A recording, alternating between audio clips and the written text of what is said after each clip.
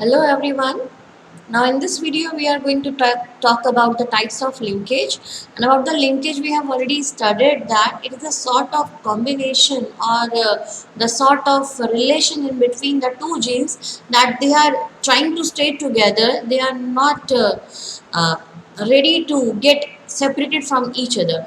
On the basis of that we are going to classify the linkage into its type. So first one we are going to talk about the complete linkage. Okay, complete linkage is a sort of association in which when the generations will be there, that time whatever the genes which are staying together, they will try to remain their relation. They will not ready to get separated from each other. So whatever the relationship they are having, they will try to maintain in each generation. This is what is known as complete linkage. It is known in case of males of Drosophila uh, and females of silkworm, where there is complete absence of recombinant type. बेटा क्योंकि वो एक साथ एक दूसरे के साथ में एसोसिएट करके रह रहे हैं, उनके बीच में डिस्टेंस इतना कम है कि उनके बीच में क्रॉसिंग ओवर होने का चांस ही नहीं है. क्रॉसिंग ओवर कब होता है? मियोसिस में होता है. तो उस क्रॉसिंग ओवर के दौरान पॉसिबिलिटी रहती है कि वो जीन्स अलग अलग हो जाए, बट उनके बीच में इतना टाइट लिंकेज है कि उनके बीच में क्रॉसिंग ओवर होना पॉसिबल नहीं है. इसीलिए वो अपना पेरेंटल टाइप मेंटेन करेंगे, ठीक है, जिसकी वजह से कोई नया कॉम्बिनेशन बनने का स्कोप इनमें नहीं होता है. Let's see the example. This is a parent that is P V, both capital, ठीक है, और यहाँ पे हम देख रहे हैं P V both lower case small, ठीक है.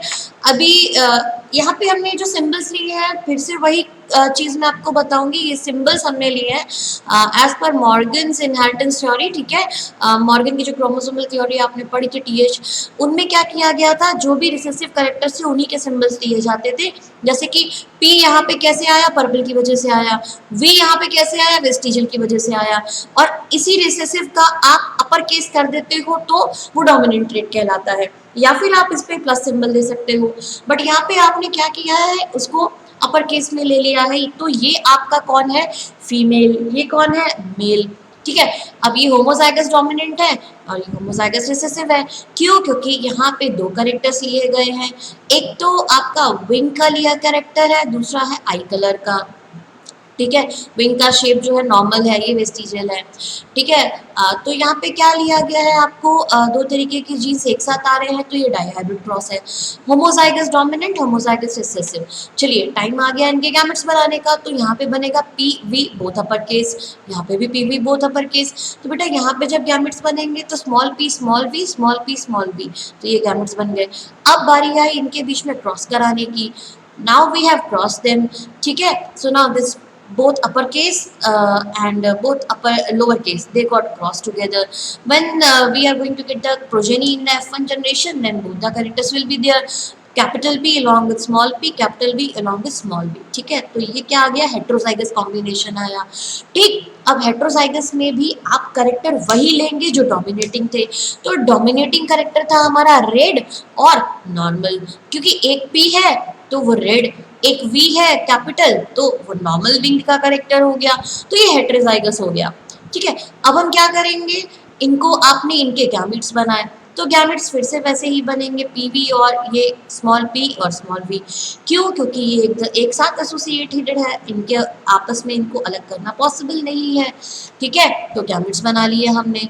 अब जो हमने गैमेट्स बनाए हैं वो आपके कैसे हैं? PV capital by PV small. चलिए ये बन गया आपका मेल, आपने ले लिया. अभी आपने फीमेल में क्या किया है, आपने उसका रिसेसिव पेरेंट उठाया है क्रॉस कराने के लिए, क्योंकि आपने यहाँ पे कराया है टेस्ट क्रॉस, ओके. तो यहाँ पे आपने गैमेट से बनाए पीवी और ये small P small V, capital P capital V, और ऐसे ही small P small V small P small V, जैसे कि आपने यहाँ पे लिया था, ठीक है. अभी आपने इनके बीच में जब क्रॉस कराया तो बेटा इन ये दोनों तो एक ही टाइप के हैं. मेल सॉरी फीमेल वाला आपका, तो ये फीमेल वाले में आपने स्मॉल पी स्मॉल वी ले लिया. अब मेल वाले में आपने क्या लिया? ये वाला एक यहाँ पे लिया, this one came over here and this one came over here. So now you have crossed them. तो इनके साथ में जब इनका आपने कराया तो ये क्या आया? कैपिटल P कैपिटल वी, ठीक है, और स्मॉल पी। बेटा यहाँ पे आप इसको इस फॉर्मेट में इसलिए लिख रहे हो क्योंकि आप लिंकेज पढ़ रहे हो, और अगर आप मेंडल के लॉस पढ़ रहे होते तो आप कैसे लिखते हैं, upper case P, lower case P, upper case V, lower case V. तो हम यहाँ पे ऐसा नहीं लिख सकते क्योंकि ये लिंक्ड जीन्स है, ठीक है। तो यहाँ पे आपने ये कॉम्बिनेशन लिया, अभी इनके साथ में आपने इसका क्रॉस कराया, तो both lower case sorry PV and this PV, ठीक है। तो यहाँ पे क्या हो गया, ये स्मॉल पी आए दो दो, ठीक है, बोथ। तो इसके लिए पर्पल आइड, क्योंकि हम यहाँ पर लेकर के चले थे पर्पल आइड के लिए स्मॉल पी 2, ठीक है। अभी स्मॉल वी 2 है, तो यहाँ पे देख लेते हैं स्मॉल वी वेस्टिजियल के लिए था, तो चलिए यहाँ पे वेस्टिजियल विंग लिख देते हैं। तो 1 आपको मिला पर्पल आइड वेस्टिजियल विंग। अभी इसके रेशियो में आपको यहाँ पे ये क्या मिला है, दिस वन हेट्रोजाइगस कंडीशन में 1 uppercase P. Because of this uppercase P, you have to make it as a red eyed. और uppercase V है, तो क्योंकि ये डोमिनेटिंग ट्रेट है PV और VV, ठीक है। तो because of 2 dominating traits you are suppose to write there character. तो P और V के लिए हम देख लेते हैं क्या है, रेड आई नॉर्मल विंग, ठीक है। तो रेड आई नॉर्मल विंग आपको इंडिविजुअल मिला। तो यहाँ से आपको ये समझ में आ गया होगा कि रेड आई का जीन नॉर्मल विंग के साथ एसोसिएटेड है, पर्पल का वेस्टिजियल के साथ में है। So they are completely linked with each other. And ये पेरेंटल टाइप है, सबसे बड़ी चीज, ये पेरेंट में था, ये भी पेरेंट में था, कुछ भी नया कॉम्बिनेशन नहीं मिला। और अगर मान लीजिए आपको मिला होता रेड आई के साथ में वेस्टिजियल विंग, तो हो जाता इनकम्प्लीट लिंकेज, ठीक है। इसका मतलब वो अलग हो सकते हैं एक दूसरे के साथ में, ठीक है। रेड आई के साथ में वेस्टिजियल हो जाता, पर्पल के साथ में नॉर्मल हो जाता, तो आपका रिकॉम्बिनेंट बनता। Because of the formation of the recombinant वो कहलाता है incomplete linkage. But right now because they are not getting separated during gamete formation also wherever it may be, so they are in the category of complete linkage because they are maintaining the parental type. They are not at all showing you any sort of recombinant over here, okay. So this is all about the complete linkage, and now we are going to talk about the incomplete linkage or the partial linkage. देखो पहली चीज linkage तो है but partial है, पूरी तरीके से completely linked नहीं है, इनकम्प्लीट है।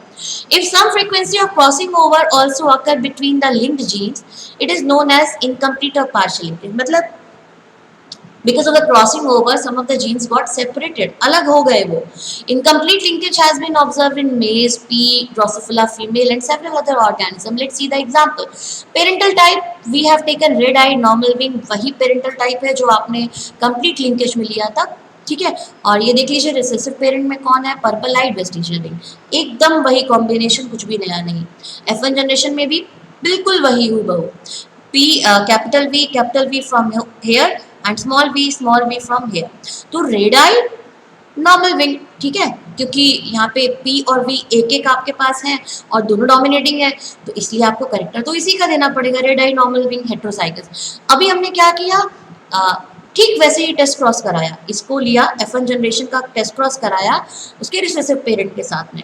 तो here you are able to see that you got something new over here like PV both upper case and PV both lower case। तो red eyed normal wing एकदम पेरेंटल कॉम्बिनेशन 9, ठीक है। दूसरा आपको मिला PV, P कैपिटल, ये देखिए PV और उसके साथ में स्मॉल p, तो ये कैपिटल P जो है it was the symbol of red eye, ठीक है। और यहाँ पे 2 आपके पास में लोअर केस वी आ गए हैं, जिसकी वजह से ये लोअर केस वी आने के चलते हो गया है वेस्टिजियल विंग, ठीक है। तो रेड आई के साथ में वेस्टिजियल विंग, ये तो पेरेंटल कॉम्बिनेशन में नहीं था, okay. So now next one purple eye normal wing, purple eye के साथ में नॉर्मल विंग का करेक्टर तो पेरेंट में नहीं है, तो ये भी रिकॉम्बिनेंट है, ठीक है। अब यहाँ पे पर्पल आइड वेस्टिजियल विंग, तो बेटा ये पर्पल आइड वेस्टिजियल विंग तो पेरेंटल कॉम्बिनेशन है, तो ये पेरेंटल कॉम्बिनेशन हो गया और ये भी पेरेंटल कॉम्बिनेशन हो गया। But what about these two, यहाँ पे पेरेंटल कॉम्बिनेशन नहीं है, they are recombinant. So how come you got the recombinant, you got the recombinant all because of the crossing over. And why they have crossed over and why they got separated, because the distance in between the genes was more and there was a possibility of crossing over, that is the reason they got separated. That is the reason it is under the category of incomplete linkage. ठीक है, इतना समझ में आया क्यों अलग हुए? जब कभी आपको रिकॉम्बिनेशन मिलता है तो वहां पे आपको यहाँ समझ जाना चाहिए कि रिकॉम्बिनेशन सिर्फ इसलिए हुआ है क्योंकि वो completely linked genes नहीं थे.